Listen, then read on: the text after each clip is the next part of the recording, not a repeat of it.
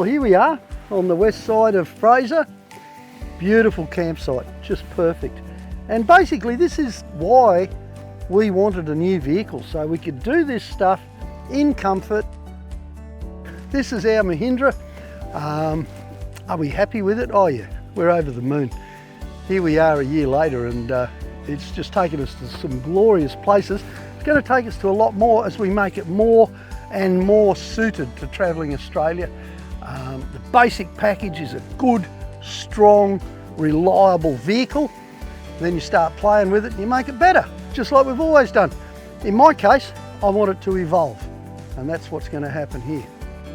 It took me a long time until I got onto Ben down at 4 AM, 4-wheel drive industries in Rutherford. And he's probably had more experience with Mahindras than any other person in Australia.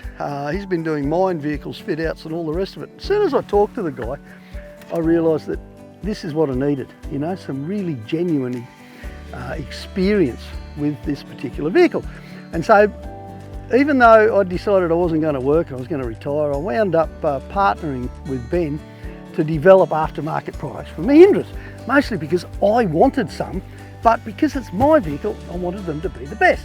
Now, Ben's kind of big on things being the best, even though he does have a big business fixing Land Rovers.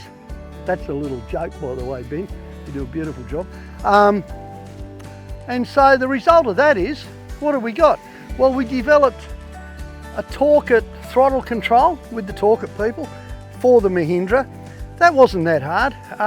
I've never had one of these, unless you count the World War II Jeep that had a long lever with a bunch of different holes, so you could set the throttle on different settings, you know.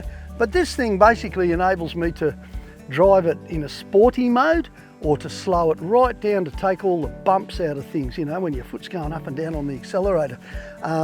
We love the comfort of the Mahindra. That was one of the big things after we tried all these different vehicles. Karen likes to sit up nice and high. We like to be able to see out. It's slightly more vertical windscreen, big windows. People go, gee, it's ugly. Well, it's not ugly, it's practical. There's a major difference there. There's a whole lot of glass you can see out of it. On the inside, well, you know, you can see the Oricom there. There's a HEMA navigator up there. That's all stuff left over from Milo. Well, the HEMA is anyway. The Ryebuck snorkel. Now, I'm really proud of this because this is, without a doubt, the best snorkel on the market, no matter what. And this is why, because we recessed it into the guard. And if you look at this end, it's bigger. It's bigger again. So it's got a lot of volume here for the air. There's nothing to slow down the airflow. Under the bonnet, you can't see it, it's straightened it out, so it takes it straight to the standard air filter. And the reason for that is that the standard Mahindra air filter is bigger than a certain V8 company's air filter, okay? It's a very useful piece of equipment.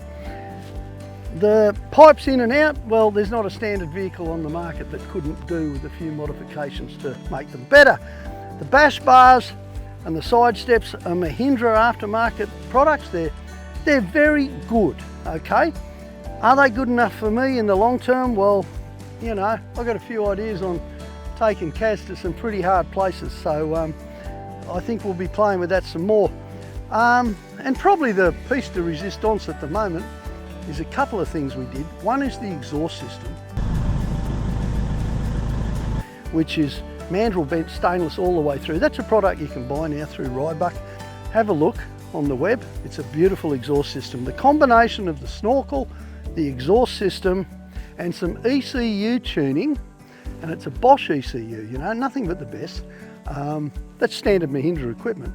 But we took it to some secret squirrel people and we had a bit of a play with it.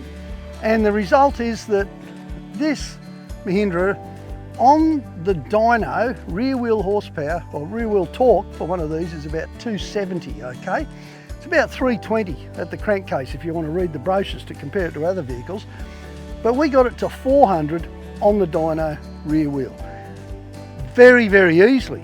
That was the whole thing. In fact, it was so easy, we played with another one, took it to 500, and a third one that took it to 600. So you can have a choice of tunes. For me, 400 is just fine. Works great. Anyway, you can go away now because we're in for a beautiful sunset and I'm really happy to be camping here.